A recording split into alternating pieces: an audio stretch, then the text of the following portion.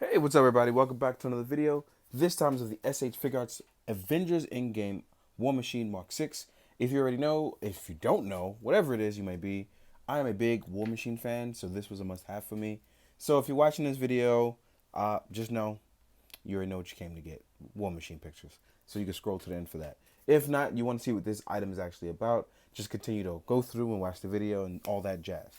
Now, this is actually a pretty cool suit. There's only one gripe that I know of right away, but I'm actually going to discover those gripes and anything else I may have along the video because I didn't have time to sit down and actually play with this. So I jumped right into the video. So let's get started. This guy actually looks really, really sleek. And they have slimmed down and both modernized the design all at once. So it's a little different for me because proportion wise, I really like what's going on here. But I also feel like it's cut up in certain ways that kind of kills that sleekness that War Machine has been getting as of late. So I don't know if it's because I've been spoiled by the designs or because I've been playing with my Mark One Revoltech. So this is cool to have because this suit also reminds me of another run on War Machine, which is the Matte Fraction run. And that suit was also really, really dope. So it's cool to see these designs actually take a little bit of liberties from the comic books as well. Now, this guy actually looks fantastic through and through. That's one thing I gotta say about Bandai's paint job on a War Machine or Iron Man.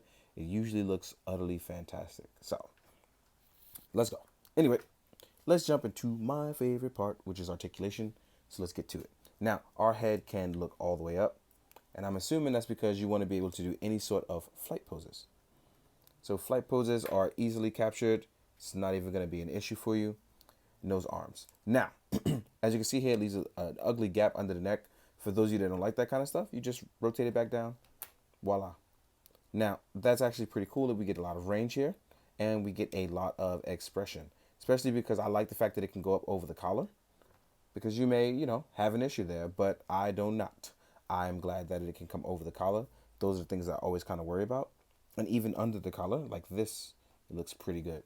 Now, one of the things I don't like that I found out right away is that the back piece does not hold really well for mine.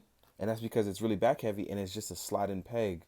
But they managed to, I don't know what they did here, but there is a small piece here that is etched on each side. Now, if they had filled that in, I know that's supposed to be a slide portion. Now, I slide mine's in and it's fine here, but any sort of, oh, wait, it finally went all the way in. There it is. But before, man, it was actually really bothering me because it was just constantly sliding off. But I actually retract that now because mine is not having an issue. So it's weirdly enough. Now, what's really cool is our shoulders are attached to the arms. One of my favorite things. But also, they gave Iron Man. They gave War Machine that pull-out technology on the arms, that it makes it extend pretty far. That means you can actually pull these arms. Nope, there it is with that backpack gun. So I'll get into that in a second because now I got the my retraction. So you can pull these arms pretty far forward and make you look like you brawl it, saying it with your chest, so you can flex. The shoulder pads are on the arms. You get bicep swivel. But what's really cool and crazy is that they gave you this upward lift here, so you can get the arm in should you need to. But it leaves this ugly part here. But it kind of fills in all those blanks on that arm to make it look gappy. And this is what I was talking about, where it fills it in, but on certain parts it's also going to make it look gappy. So when you're doing certain poses, kind of keep that stuff in mind. But I think for the most part, I think what they've done is a positive thing on this suit design-wise. So just keep that in mind. Like I said, we have our bicep swivel. Our arms can rotate, and they are double jointed. And because of this extra pull-out arm method, we actually get an extra bit of range doing this as well too. Just be careful not to scuff your paint. I know it would upset somebody, so please don't do that.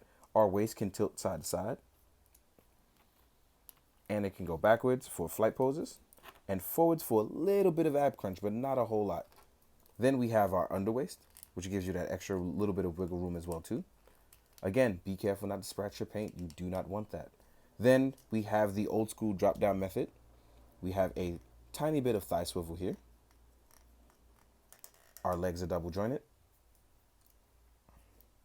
And they seem to still be giving us die cast in the feet for War Machine. So that's one thing for you die cast fanatics. You'll get a little bit of that. Hopefully that will appease someone. I prefer to not have that die cast because I don't want it to weigh down and make my legs all wobbly. That's the kind of stuff I do not enjoy. But for those of you that do want it, I hope it makes you happy, for real. Now, as you can see here, he can actually pose up pretty easily for flight poses and any sort of standard cool War Machine slash Iron Man poses, which looks absolutely fantastic. This guy looks great on camera. So I just want to show you guys. Now, as far as flight poses, let's do one real fast. See how we like it.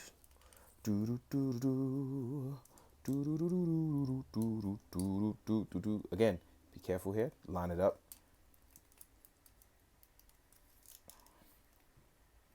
And yeah, flight poses are a go-go. Yeah, you shouldn't have any issue getting any classic War Machine poses out of this guy or any flight poses. He's easily going to be one of your more posable War Machines. Oh, by the way, the back thrusters have a little bit of lift in the backhand side. Nice along with that nice red candy paint, like a stoplight. So that's also pretty cool. I like the red lights always added to this guy. I really do. Now, like I said previously, as I was retracting it, I was talking about how I do not like that my turret gun up top keeps falling out. I don't know what that is about, but anyway, let's plug it in, and it actually rotates over and has a hinge that goes left and right, as well as can fly over the shoulder. So if you want yours to have all sorts of crazy range of movement, this one has it on the turret gun. I wish it was able to do it on both sides because I was hoping I would be able to, but they've just left the one turret gun. I would have totally loved to have two. Now we're going to go over our effects and stuff like that. So you're going to get your hand repulsor rays, which are a staple for both Iron Man and War Machine. His are usually orange. Iron Man's lately has been blue. You're going to have your foot thrusters. Then you're going to have your smaller flight jet thrusters for the hands as well too. There are dedicated hands for that as well too. Voila, see? Then you're going to get your salute slash flight hands, right? And as we focus on War Machine, not our hands, sorry about that. Then you're going to get your open palms slash relax hands, or action hands, depending on what you want to do. And crazy enough, they gave you hands to hold items, which I'm so glad they finally added that in, because if you want to do something cool, now you can. You have that extra added leverage. Now, let me fold this back over. Oh, one more effect that we added. I don't know why I just skipped over that. So, you do get your machine turret, your muzzle effect, which is going to slide in between the three prongs here and line up gently. And voila, you will have your muzzle effect. Now, gotta honestly say, I'm a big War Machine fan, so biasly speaking, go out and buy this. Now, unbiasedly speaking, if you have gotten every other previous War Machine and you feel like you've gotten your favorite one already, this one may not be for you, especially because recently the Revolve-Tech one has also come out. So if you want a comic one from a particular line that is classic, you're going to want to buy the Revolve-Tech one. But like me, I am a huge War Machine fan, and I absolutely have to have them all, mostly because each one actually reminds me of a different comic style suit, because the comics have resembled the movies and vice versa. So it's one of those things where I have really enjoyed this evolution, and I needed to have them all. But it may not be for everyone. Now, I'm going to stand this guy up as well as possible to make him look clean for a nice size comparison with both himself, other versions of himself, as well as other characters as well too. So let's get you nice and dandy. Voila. Now, first things first, we want to compare him to Iron Man. And I chose to do the Mark 85 because that is also from the same movie. So if we're doing Rhodey and him, as you can see here, Rhodey is indeed bigger. He is much taller. Then I have a Marvel Legends Rescue. And because Marvel Legends is 6-inch, she may seem a little taller than she should be, but I think she's actually at a really good height with the three of them. Let's take these guys away. Now I'm going to compare him to all the other roadies I have. So be prepared. This might take a little second. So I'm going to try to line them all up. So here is the Mark 1. Right? Then we're going to do the Mark 2.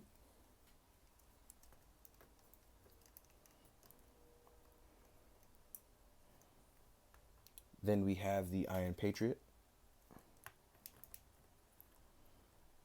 which is a recolor of the Mark II. Right. Then we have the Mark III. And as you can see, the paint just starts to get darker and darker to match that movie style paint. Here we have the Mark IV, which gets crazy and more stylized as well too.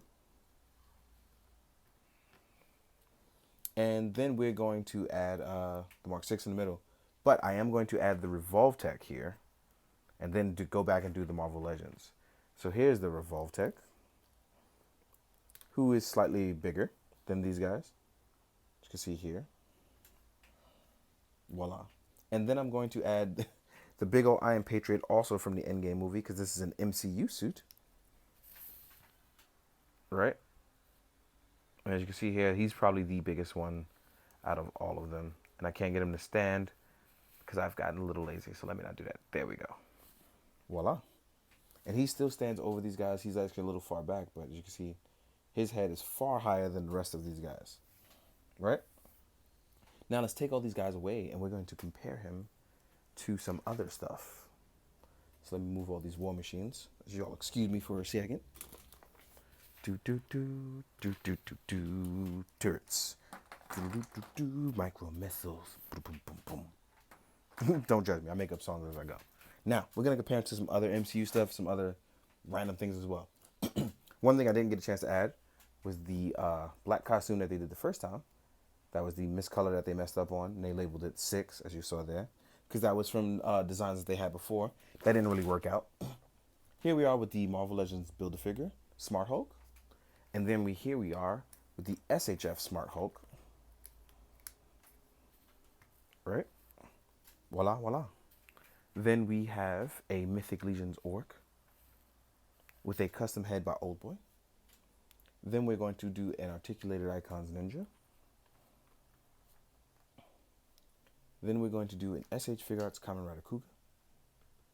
And as you can see, Rhodey still kind of stands within the grounds to fitting in all lines. That's the kind of thing I enjoy. Let's take these guys away. Next up, I do want to compare it to a Ant-Man from SHF. Get some more MCU comparisons in there. Then we have Captain Marvel, so we can have a smaller female body, as the next one is going to be Nebula, a taller female body, MCU-wise. Then we're going to compare it with Nebula, who he teamed up with to go out in space, as he conked Star-Lord on the head. Next, we have a Lightning Collection Red Ranger, and a Marvel Legends Spider-Man.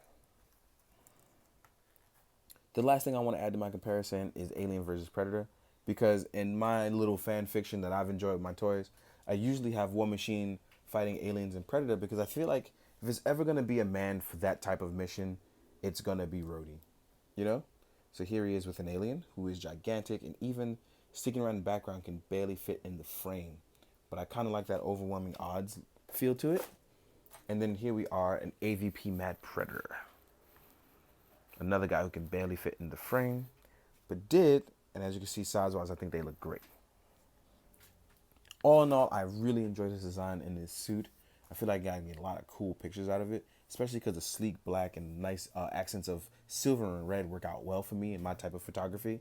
The only thing that really, really bothers me is that cannon falling off, which gets more annoying than anything else. It's harmless for the most part, but it is annoying.